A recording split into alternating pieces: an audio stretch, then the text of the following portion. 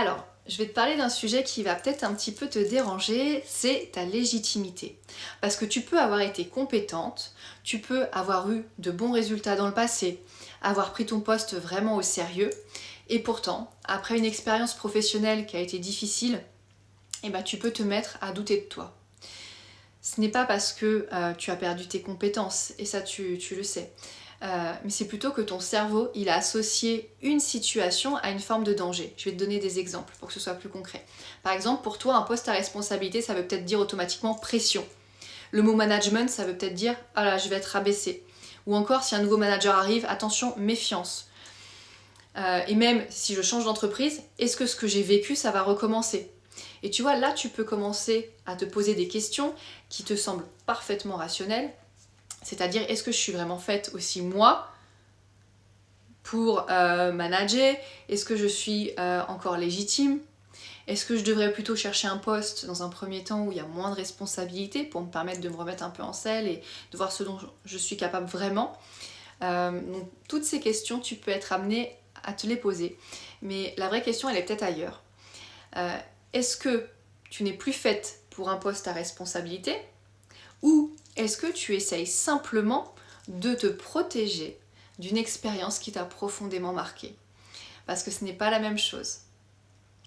Quand on a vécu un management toxique, quand on a vécu du harcèlement, quand on a été rabaissé, quand on a subi des critiques répétées, un manque de soutien, on peut finir par croire que le problème il vient de soi. Et du coup, on remet en cause notre légitimité. On remet en cause nos compétences, notre capacité à manager si on était manager, notre capacité à prendre des décisions. Alors qu'en réalité, ce que cette expérience a souvent abîmé, ce n'est pas la compétence, c'est vraiment la confiance, cette sécurité intérieure en fait. Et c'est aussi, elle a abîmé la capacité à se projeter dans un nouvel environnement dans le futur. Alors je vais te donner un exemple qui est très personnel, c'est que moi, pendant plusieurs années, j'ai travaillé dans une entreprise où mes réalisations, elles étaient peu reconnues. Alors j'ai pas forcément eu de critiques, mais en fait, c'était beaucoup plus subtil que ça. C'est-à-dire que ce que je faisais était minimisé. Mes réussites, elles passaient au second plan. Et à force, j'ai fini par ne plus voir moi-même ce dont j'étais capable. Je ne mesurais plus mes accomplissements et j'étais incapable de me projeter ailleurs. Je ne voyais plus vraiment ma valeur, je ne me sentais plus légitime dans ce que je faisais. Et pourtant, mes compétences, elles n'avaient pas disparu, elles étaient bien là. Les résultats aussi d'ailleurs. Mais ce qui avait changé, c'était le regard que moi je portais sur moi-même. Et ça, c'est quelque chose que j'observe souvent aujourd'hui auprès des personnes que j'accompagne. Quand on évolue longtemps dans un environnement qui nous renvoie une image déformée de nous-mêmes, on finit toujours par la croire. C'est très rare qu'on passe outre. Et avant de renoncer à un poste, à une ambition ou à une évolution professionnelle, ça vaut la peine de faire la différence entre deux choses. Entre ce qui est réellement aligné pour toi aujourd'hui et entre ce que tu évites par peur de revivre ce que tu as déjà vécu. Parce que parfois, on ne manque pas de légitimité, on porte simplement les traces d'une expérience qui nous a fait perdre confiance. Et déjà, prendre conscience de ça, de ce mécanisme, c'est une première étape importante. Mais souvent, ça reste pas suffisant.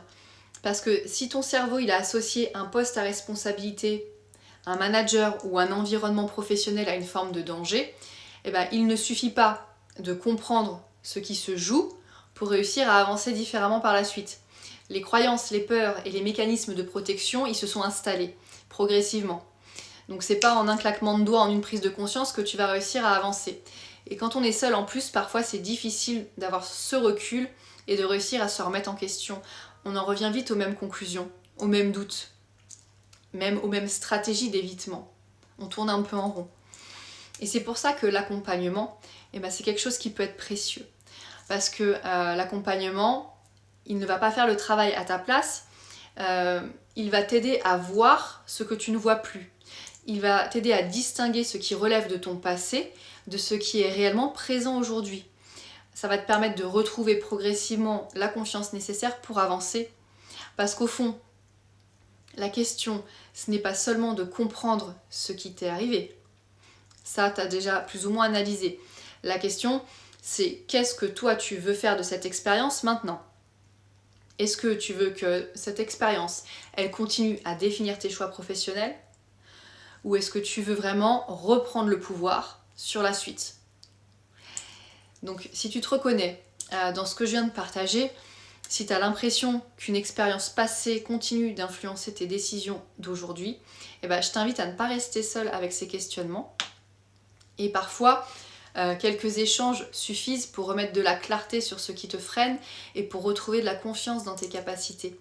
Donc si jamais tu en ressens le besoin, n'hésite pas à me contacter, je mets tout dans la description et puis moi je serai ravie d'échanger avec toi pour faire le point sur ta situation et voir quelles pourraient être les prochaines étapes pour que tu puisses avancer avec plus de confiance, de sérénité, de liberté dans tes choix professionnels.